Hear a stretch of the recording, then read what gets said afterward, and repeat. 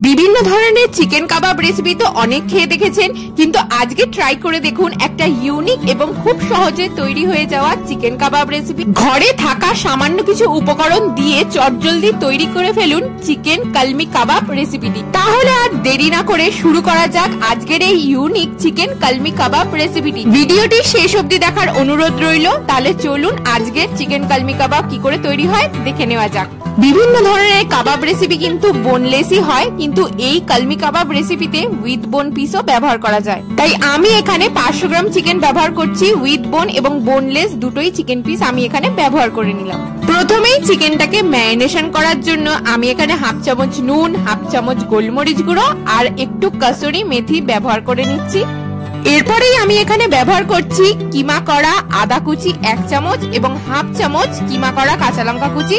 এরপর এর মধ্যে দিয়ে দিলাম 2 চামচ জল ঝরানো টক দই, আর তার সাথেই ব্যবহার করেছি আদা, রসুন, লঙ্কা, ধনেপাতা এবং 4টে কাজু একসাথে পেস্ট করে 2 চামচ ব্যবহার করলাম। আর তার সাথেই একটা লেবুর হাফ অংশ কিন্তু আমি এখানে ব্যবহার করে নিলাম। এইবার সবকিছু মিশ্রণকে ভালো করে চিকেনের গায়ে মাখিয়ে ম্যারিনেশন করে নিতে হবে। এই পর্যায়ে আপনারা চাইলে কিন্তু ফ্রেশ ক্রিমও ব্যবহার করতে পারেন, কিন্তু আমি এখানে ব্যবহার করিনি।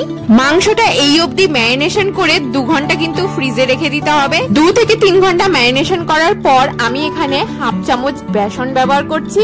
সম্পূর্ণ মাংসটার মধ্যে এই বেসন কিন্তু বাইন্ডিং এর কাজ করবে, তাই এই বেসন কিন্তু অবশ্যই দিতে হবে। এবং আপনারা চাইলে এটিকে হালকা ঘিয়েতে রোস্ট করেও দিতে পারেন। ম্যারিনেশনটা খুব ড্রাই মনে হলে আপনারা এখানে হাফ চামচ তেল ব্যবহার করতে পারেন। সবকিছু দিয়ে ভালো করে মিশিয়ে এবার চিকেনটাকে আরো 1 ঘন্টা রেখে দিতে হবে। যত বেশি ম্যারিনেশন করে রাখবেন ততই কিন্তু খেতে টেস্ট হবে। মার্কেটে এখন এই ধরনের শাটে স্টিক কিন্তু একদম অ্যাভেলেবেল। এই ধরনের স্টিক গুলোকে জলে কিছুক্ষণ ভিজিয়ে রেখে একটা স্টিকের মধ্যে 4টে করে চিকেন গেঁথে নিয়েছি এবং এইভাবেই সবগুলোকে তৈরি করে নিতে হবে।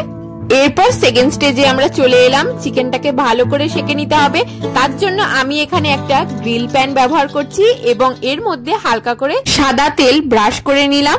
এবার প্রত্যেকটা চিকেনের স্টিক গুলোকে আমি এক এক করে পরপর এইভাবেই সাজিয়ে দেব।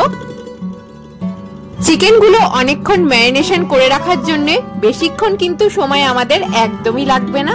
আপনারা চাইলে এই কাবাব গুলোকে আপনারা এয়ার ফ্রায়ার অথবা মাইক্রোওভেনেও করে নিতে পারেন। আমি এখানে গ্রিল প্যানেই করে দেখাচ্ছি।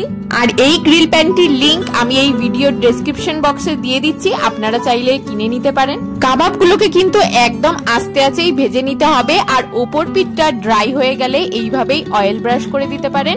আর অয়েলের পরিবর্তে আপনারা চাইলে বাটারও ব্যবহার করে নিতে পারেন।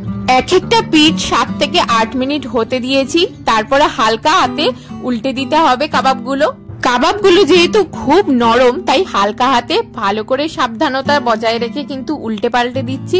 আর 7 থেকে 8 মিনিট রাখার পরই দেখুন কত সুন্দর কালার চলে এসছে কাবাবগুলোর মধ্যে।